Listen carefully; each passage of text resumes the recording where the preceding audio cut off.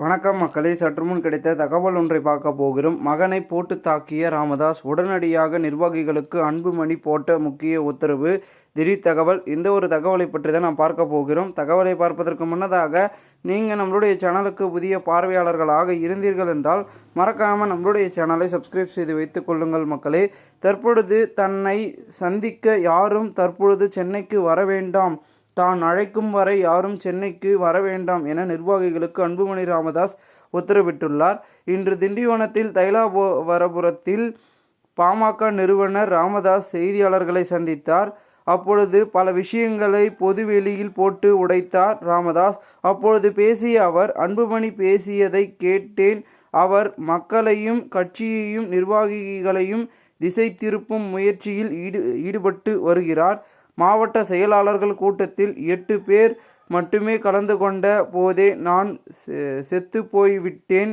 எனது தலைமையில் நடந்த ஆலோசனை கூட்டத்தில் பங்கேற்க கூடாது என நிர்வாகிகளை தடுத்து விட்டார். பாஜகவுடன் கூட்டணி வைக்காவிட்டால் நீங்கள்தான் எனக்கு கொல்லி வைக்கணும் என அன்புமணி என்னை மிரட்டினாராம்.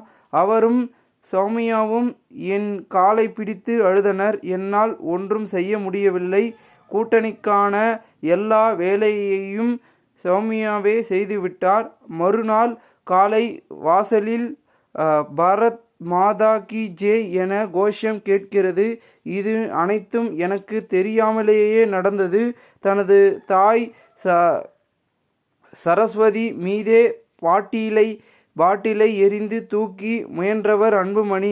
பாமக என்ற அழகான கட்சியை ஒரே நாளில் கண்ணாடி போல் நொறுக்கியவர் அன்புமணி.